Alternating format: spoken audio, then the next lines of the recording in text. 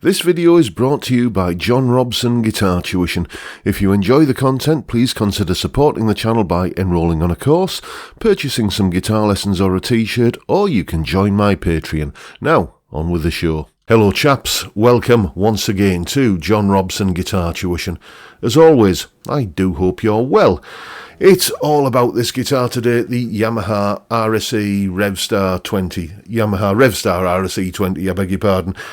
This is the entry level, the cheapest, the bottom end of the range of the revamped range of Yamaha Revstar guitars. They cost about £399, that's what I paid for mine, and I'll tell you all about the decisions and conclusions I've come to with this guitar right after we've heard how it sounds in a mix.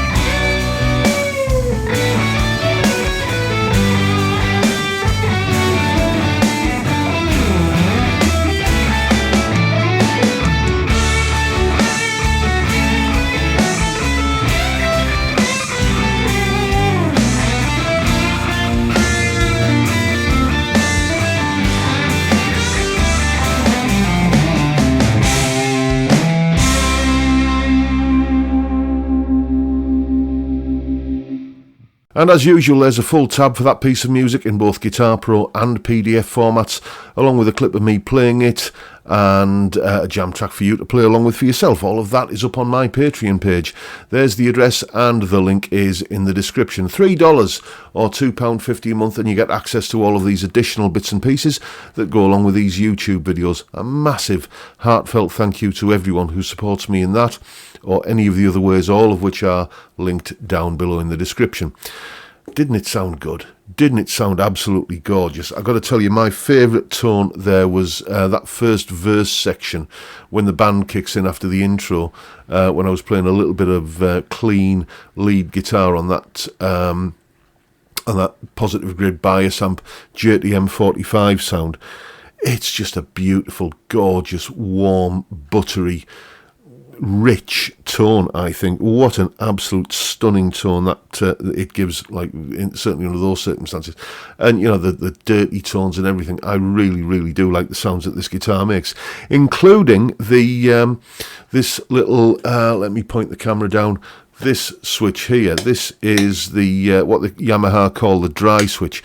You heard me use it later on in the tune where I was trying to go for like a little bit of a single coil, dare I say it, even Telecaster kind of tone. This isn't a coil split or coil tap, single coil switching, call it what you will. It's not that. It's basically a high pass filter that gets rid of some of the bottom end on the humbuckers to go for a single coil like sound.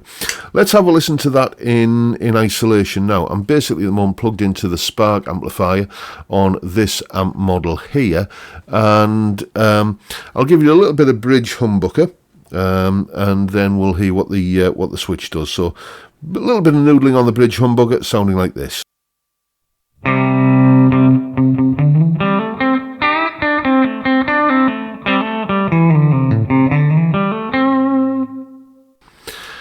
And now engaging the switch, it sounds like this.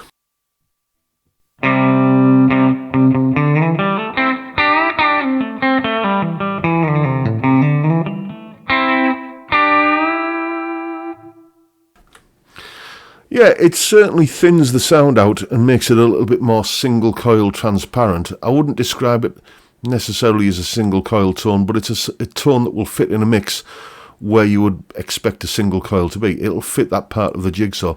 It's been pointed out to me that it kind of gives it more of a P90 sound, and I think I'd probably go along with that. It's still got some of that humbucker warmth to it, but maybe just a little bit more zingy top end. While we're talking about the pickups, let's have a look at some B-roll footage here of the pickup readings, DC resistance. You can see that on the bridge position we're a shade over 9k, on the neck position a shade under, and in the middle 4 point something, I forget what that was. And interestingly, when you pull the dry switch out, it confuses the multimeter and reads open circuit.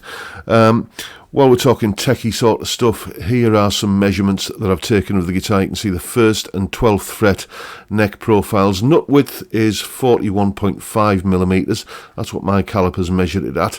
Yamaha disagree though. If you look at the full spec, which I'll link to in the description, they say 41.9, but that's what my caliper read. And weight is a shade under 3.5 kilos.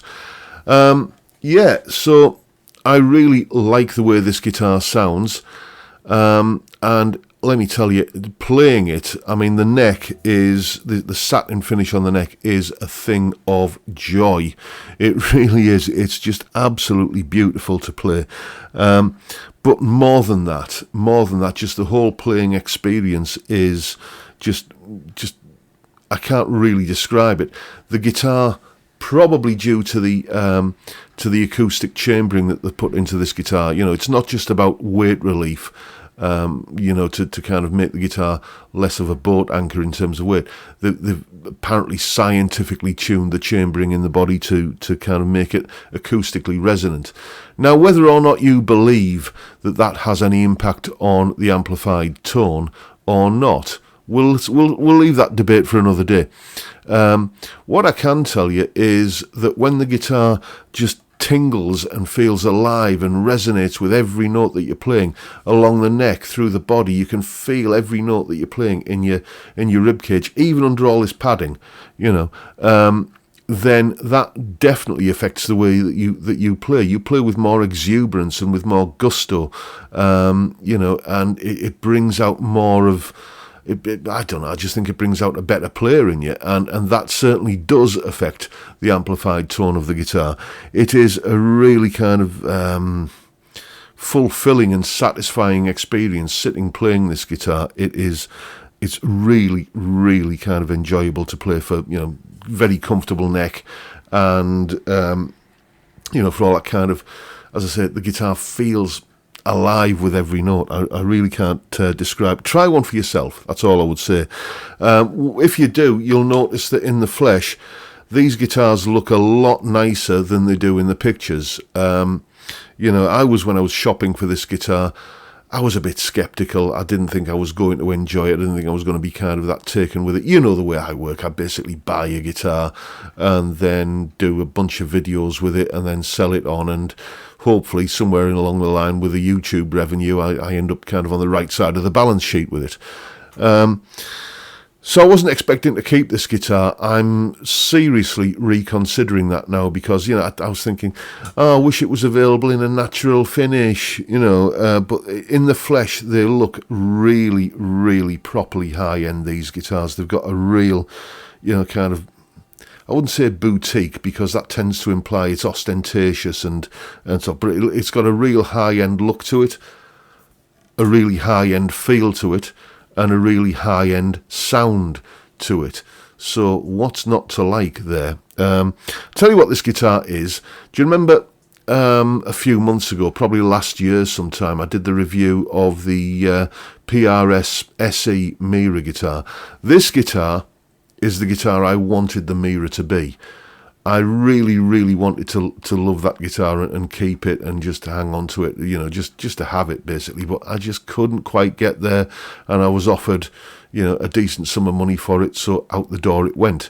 This guitar is, if you're in the market for kind of a set neck mahogany twin humbucker guitar, you're probably considering the, at a certain price point, you're probably considering the Mira, these Epiphones, and a bunch of others. I think that this guitar, personally, I think this is a better guitar than the SE Mira. Whether or not it's a better guitar than the Epiphone standard 60s SG that I recently also acquired, we'll see in a later video. I'm going to be doing a comparison between that guitar and this, and I'll come to a decision then about which one will be leaving the building. Thing is, I've got pretty much one of each of different types of guitars. I've got one Strat style guitar, I've got one semi-acoustic guitar, I've got a few different Telecasters, but they're all different flavours of Telecaster that do different things. I can't really justify having three, which is what I've got at the moment, set neck, solid, mahogany, twin humbucker, 24 3/4 inch scale guitars. Something's going to have to give, and I will come to a decision about what that is in due course. Anyway, so yes, food for thought. That is the video for today, folks. Just a quick little review and thoughts and conclusions on this wonderful Yamaha Revstar RSE20. £399 worth of guitar that feels like a lot more. Those are my final thoughts on it, and I'll leave it at that. Hope you enjoyed the video, folks, and if you have, please hit the subscribe button and the notification bell if you haven't already done so, and why not give me a like while you're at it. As always, don't forget the live stream every Friday 5 p.m. UK time, where we drink beer and talk music and guitars. What's not to like? I'd love to see you there. It's a fantastic way to kick off the weekend, but for now, I'll bid you all a good day and say thank you so much for watching. Thank you for your time. Look after yourselves, folks. Stay well, stay safe, and above all, stay sane. Bye for now.